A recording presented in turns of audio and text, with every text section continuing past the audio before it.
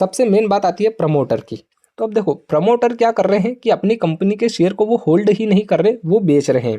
लगभग 2017 से लेकर 2024 तक अगर हम देखें तो आधे शेयर ये बेच चुके हैं, उनके पास आधे ही अभी अवेलेबल है। पहले 60% थे, अब केवल 29% शेयर ही इनके पास अवेलेबल है। लगभग ये 31% शेयर अपने निकाल चुके हैं। तो आखिरकार इन्होंने क्यों निकाला है? देखो, वेलकम है जी आप सभी का लॉन्ग टर्म इन्वेस्टमेंट की इस सीरीज़ में। तो आज अपन जिस कंपनी के बारे में बात करने वाले हैं उस कंपनी का नाम है spice jet LTD. Complete analysis करेंगे आज की इस वीडियो में अपन इस कंपनी के बारे में कि अभी इस कंपनी के शेयर को खरीदने का सही समय है या नहीं है, और अगर आपने पहले से खरीद रखा है तो आप इसको लॉन्ग टर्म के लिए होल्ड कर सकते हो या नहीं। और हाँ, I am not a SEBI registration member. यह वीडियो मैं केवल एक एजुकेशन पर्पज़ के हिसाब से बना रहा हूँ।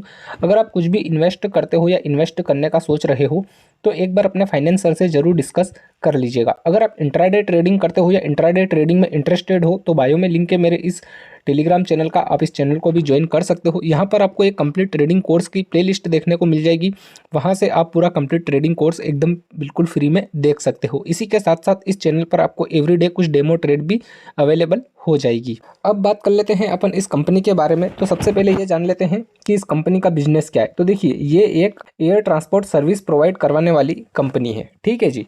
इस कंपनी का मार्केट कैप कितना है आप देख सकते हो, 6,729 करोड़ का। इतनी बड़ी ये कंपनी है।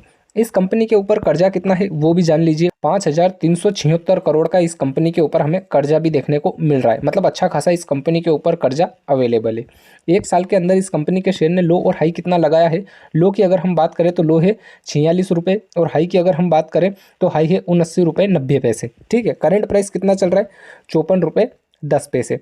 बुक वैल्यू कितनी है इस शेयर की? माइनस चल रही है भाई साहब 33 रुपये, ठीक है। आरओई कितना है? कुछ भी नहीं। आरओसी कितना है? 1.64%। पीई कितना है? कुछ भी नहीं। प्रॉफिट आफ्टर टैक्स मतलब ओवरऑल कंपनी क्या है? ये लॉस में, मतलब ये एक लॉस मेकिंग कंपनी है। इस बात का भी आप ध्यान रखिएगा। प्रॉफिट में ग्रोथ हो रही है या नहीं हो रही है? तो यहाँ पे तो ये दिखा रहा है कि भैया 8.95% की प्रॉफिट में ग्रोथ हो रही है। इसका मतलब ये है कि इसका जो लॉस है वो धीरे धीरे हमें कम होता हुआ दिख रहा है। प्रमोटर होल्डिंग कितनी है आप देख सकते हो, 29.10% की। फेस वैल्यू कितनी है इस कंपनी की? 10 रुपये की। क्या ये कंपनी अपने शेयर होल्डर को डिविडेंड पे करती है? आप देख सकते हो ये अपने किसी भी शेयर होल्डर को कुछ भी डिविडेंड पे नहीं करती है। तो ये तो कुछ इंपॉर्टेंट टॉपिक हो गए इस कंपनी के बारे में। अब बात कर लेते हैं कंपेरिजन की कि इस कंपनी का कंपेरिजन हमें किस किस कंपनी के साथ देखने को मिल रहा है। तो भाई साहब ये है कंपैरिजन वाला सेक्शन। आप देख सकते हो 1 से लेके 5 कंपनी हमें यहाँ पर दिख रही है। दूसरे नंबर पर है स्पाइस जेट, ठीक है, जिसका शेयर प्राइस कितना है अभी? 54 रुपये के आसपास। ये एक इस फील्ड का यूं मान के चलिए कि एक पेनी स्टॉक है, ठीक है।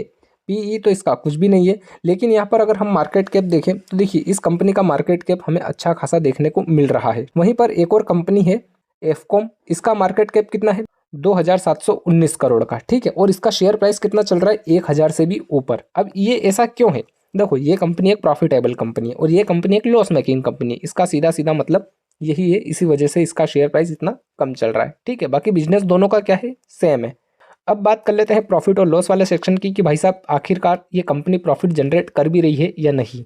तो भाई साहब ये है प्रॉफिट और लॉस वाला सेक्शन। 2013 से लेके 2024 की ये रिपोर्ट अपने सामने है। सबसे पहले सेल्स जान लेते हैं। सेल्स पहले इसकी अच्छी खासी हो रही थी 2020 तक, उसके बाद लगातार हमें कुछ यहाँ पर सेल्स थोड़ी कमज़ोर होती हुई दिख रही है 2020 के मुकाबले। एक्सपेंसेस की बात करें तो एक्सपेंसेस भी पहले अच्छे खासे थे, उसके बाद बीच में कुछ कम हुए, फिर वापस से बढ़ते हुए हमें दिख रहे हैं। ऑपरेटिंग प्रॉफिट की अगर हम बात करें तो देखिए ऑपरेटिंग प्रॉफिट कभी कभी प्रॉफिट करा है, बाकी तो ओवरऑल इनका लॉस ही हमें दिख रहा है लगातार, ठीक है। प्रॉफिट बिफोर टैक्स मतलब टैक्स वैक्स पे करने से पहले क्या कंपनी प्रॉफिट में रही है? तो आप देख सकते हो यहाँ पर लगातार अगर हम देखें तो 2019 से ये कंपनी लॉस ही फेस कर रही है, ठीक है। केवल इसने 18, 17 और 16 में प्रॉफिट करा है, ठीक है। नेट प्रॉफिट की अगर हम बात करें कि टैक्स वैक्स सब कुछ काटने के बाद क्या कंपनी के हाथ में कुछ आया है या नहीं आया है, तो देखिए नेट प्रॉफिट वाले सेक्शन में भी वही चीज़ है। देखिए 2016, 17 और 18 में केवल प्रॉफिट, उसके बाद 19 से लगातार ये कंपनी लॉस फेस कर रही है। अभी अगर आप देखोगे तो जो प्रॉफिट और लॉस वाले सेक्शन में आपको कुछ दिख रहा था कि 8% की बढ़त हुई है, तो देखिए 2023 में लॉस अच्छा खासा, 2022 में लॉस अच्छा खासा, 2021 में भी लॉस है अच्छा खासा, 2020 में भी लॉस है अच्छा खासा, लेकिन 2024 में थोड़ा कम हो चुका है इनका लॉस, ठीक है। इस वजह से वहाँ पे प्रॉफिट वाले सेक्शन में हमें 8% की ग्रोथ देखने को मिल रही थी। अब बात कर लेते हैं बैलेंस शीट की कि आखिरकार इस कंपनी की बैलेंस शीट क्या बोल रही है। तो भाई साहब ये है बैलेंस शीट वाला सेक्शन, आप देख सकते हो 2013 से लेके 2024 की ये रिपोर्ट है। सबसे पहले इक्विटी कैपिटल को हम जान लेते हैं। तो देखिए इक्विटी इनकी थोड़ी बहुत इंक्रीज होती हुई हमें दिख रही है। वहीं अगर हम रिजर्वेस की बात करें तो कंपनी के पास रिजर्वेस सारे माइनस हो रखे हैं। रिजर्वेस के मामले में कंपनी के पास कुछ भी नहीं है। टोटल लाइबिलिटी और एसेट्स की अगर हम बात करें तो देखिए एसेट्स और लाइबिलिटी दोनों धीरे धीरे कुछ कम होते हुए हमें दिख रहे हैं। ठीक है, तो ये तो बात हो गई बैलेंस शीट की। बैलेंस शीट में भी हमें कुछ खास दम नहीं दिख रहा है। अब बात कर लेते हैं अपन इन्वेस्टर की कि इस कंपनी का शेयर किस किस ने कितना होल्ड कर रखा है। तो भाई साहब ये है शेयर होल्डिंग वाला सेक्शन, आप देख सकते हो 2017 से लेकर 2024 की ये रिपोर्ट है अपने सामने। सबसे पहले बात आ जाती है प्रमोटर की। तो देखिए प्रमोटर के पास 2017 में 60% शेयर होल्ड थे। उसके बाद लगातार इन्होंने क्या करा है, सेलिंग ही करी है, ये देखिए। और अभी करंट में कितने हैं इनके पास, 29.14%। मतलब प्रमोटर ही अपनी कंपनी के शेयर को होल्ड करके नहीं बैठ रहे हैं। ठीक है, एफआईआई की बात करें तो एफआईआई के पास 2017 में 4.42% शेयर थे। इन्होंने कुछ प्रॉफिट बुकिंग करी और अभी करंट में इन्होंने क्या करा है, 22.87% शेयर यहाँ पर बाई करे हैं अभी सितंबर में। ठीक है, डीआईआई की अगर हम बात करें तो डीआईआई वाला सेक्शन भी आप देख सकते हो 2017 में 3.64% शेयर और अभी अगर करंट में हम देखें 8.37% शेयर डीआईआई के पास भी अवेलेबल है। ठीक है, बीच में इन्होंने भी प्रॉफिट बुकिंग करी है 2023 में, तो इनके पास 0.01% शेयर ही अवेलेबल रहे थे। ठीक है, अब बात कर लेते हैं पब्लिक की। पब्लिक कौन, आप में अपन जैसे छोटे रिटेल ट्रेडर। तो ये है पब्लिक वाला सेक्शन।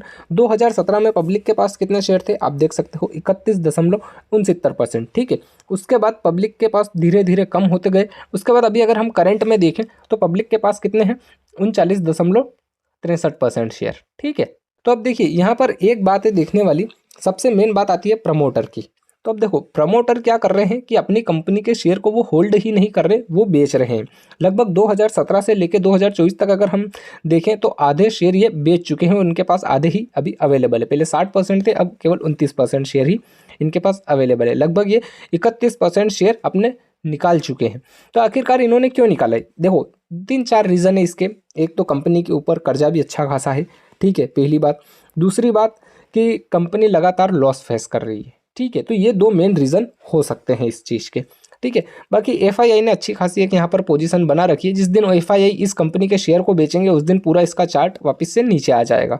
ठीक है, क्यों आ जाएगा, क्योंकि देखो जब ये सेलिंग करेंगे तो ऑब्वियसली नीचे आना ही है। इन्होंने बाइंग करी है इसलिए ये हल्का फुल्का ऊपर जाता हुआ हमें दिखेगा अभी। ठीक है, बाकी ओवरऑल कंपनी क्या है, लॉस मेकिंग कंपनी है। ठीक है, अब सीधे चलते हैं अपन चार्ट पे कि चार्ट आखिर इस कंपनी का क्या बोल रहा है। तो भाई साहब देखिए ये है कंपनी का चार्ट जिसे हम 1 मंथ के टाइम फ्रेम पे देख रहे हैं। कंपनी जो है 1 जुलाई 2002 में शेयर मार्केट में आई थी, तब इसका शेयर प्राइस आया था 4 रुपये 15 पैसे।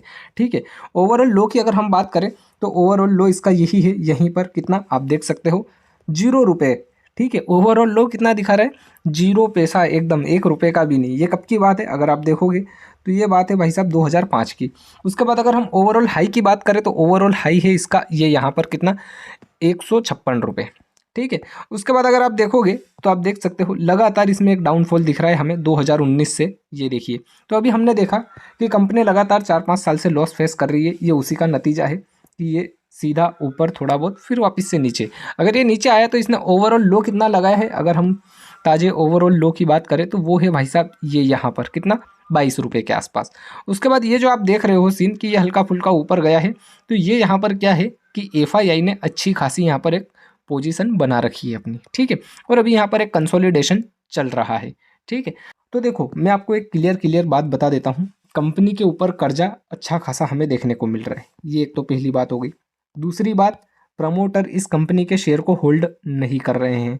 तीसरी बात, कंपनी ओवरऑल क्या है, एक लॉस मेकिंग कंपनी है।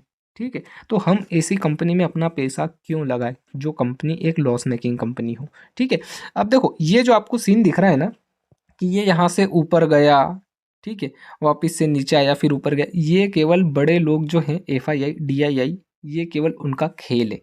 ठीक है, उन्होंने बाइंग करी है अच्छी खासी क्वांटिटी, अच्छा खासा पैसा लगा के, तो ये शेयर ऊपर गया है। जिस दिन वो बेचेंगे उस दिन वापस ये नीचे आ जाएगा। कोई सी भी कंपनी हो, ठीक है, किसी भी कंपनी का शेयर ऊपर कैसे जाता है, 2 तरीके से। पहला तरीका तो है कि कंपनी के जो शेयर है उसको अच्छी खासी क्वांटिटी में बाई किया जाए तो वो ऊपर चला जाएगा।